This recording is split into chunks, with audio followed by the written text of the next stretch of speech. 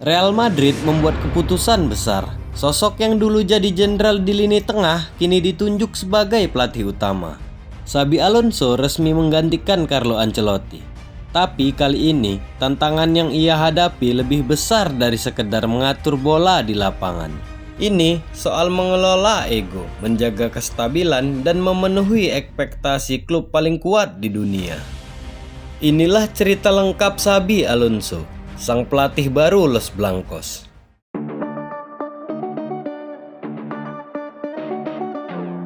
Sebelum kita masuk ke pembahasan, ada baiknya like, komen, subscribe, dan share untuk membantu channel ini terus berkembang. Xabi Alonso memulai karir kepelatihannya dengan tenang, tanpa sorotan besar. Tapi saat ia mengambil alih Bayer Leverkusen, segalanya berubah. Musim 2023-2024, Alonso membawa Leverkusen menjuarai Bundesliga tanpa satupun kekalahan. Sebuah prestasi yang tak hanya mencuri perhatian, tapi juga membuktikan bahwa Alonso adalah pelatih dengan otak, rencana, dan kuasa atas ruang ganti. Ia dikenal sebagai pelatih yang disiplin, modern, tapi juga dekat dengan pemain. Gaya bermainnya cepat, rapi, dan agresif sesuai dengan kebutuhan sepak bola masa kini. Menurut kamu, apakah kesuksesan Alonso di Jerman cukup sebagai modal menghadapi tekanan di Madrid? Real Madrid tidak asal tunjuk. Mereka memilih Alonso bukan karena nostalgia, tapi karena kebutuhan.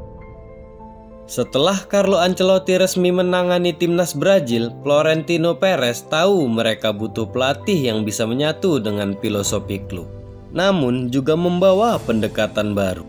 Alonso dianggap ideal. Ia pernah bermain di Bernabeu, ia paham mentalitas pemenang. Lebih dari itu, ia adalah pelatih muda yang sudah punya bukti, bukan sekedar janji. Ini bukan taruhan. Ini adalah keputusan strategis. Memilih seseorang yang punya kuasa dalam mengatur sistem tanpa kehilangan kendali terhadap bintang-bintang besar. Kalau kamu jadi presiden Madrid, apakah Alonso juga jadi pilihan utama kamu?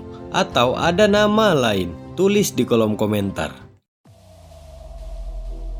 Skuad Real Madrid musim ini jauh lebih mudah, cepat, dan fleksibel. Luka Modric sudah tak lagi jadi starter, tapi Madrid tak kehabisan kekuatan. Di bawah Mistar, Thibaut Courtois tetap jadi tembok utama. Di lini belakang ada dua nama baru, Dan Huijsen, bek tengah muda bertalenta, serta Trent Alexander-Arnold, bek kanan dengan kemampuan menyerang yang luar biasa. Di lini tengah, Alonso akan mengandalkan Federico Valverde dan Jude Bellingham. Dua gelandang yang kuat, bertenaga, dan bisa mencetak gol. Dan di depan, kombinasi maut Vinicius Junior di kiri, Kylian Mbappe sebagai ujung tombak. Dua pemain tercepat di dunia. Ini adalah materi tim yang penuh kuasa dan Alonso harus bisa memaksimalkannya dengan struktur yang tepat. Bagaimana menurut kamu? Apakah skuad Madrid sekarang sudah cukup untuk mendominasi Eropa lagi? Melatih Real Madrid bukan sekedar bicara soal taktik. Ini tentang bagaimana mengelola tekanan dari media, fans, dan ruang ganti.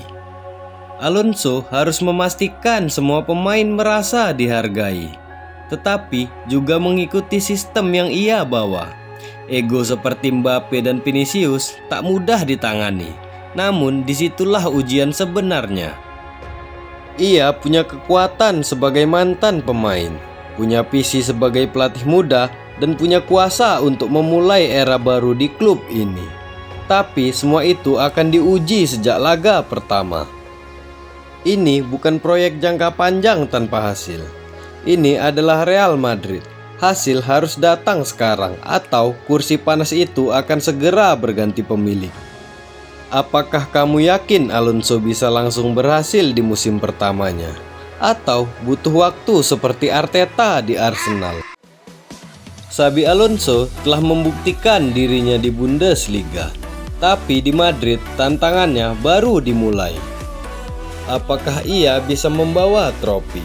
Apakah ia bisa menjinakkan ego besar di ruang ganti? Atau akankah ia menjadi nama besar berikutnya yang gagal di kursi pelatih Madrid? Kita akan lihat bersama. Jangan lupa klik like, komentar prediksi kamu tentang Real Madrid musim ini, dan subscribe untuk terus ikuti cerita lengkap dunia sepak bola. Karena setiap keputusan besar selalu menyimpan resiko dan harapan. Terima kasih telah menonton video ini. Sampai jumpa di konten-konten menarik lainnya di channel RGB Football.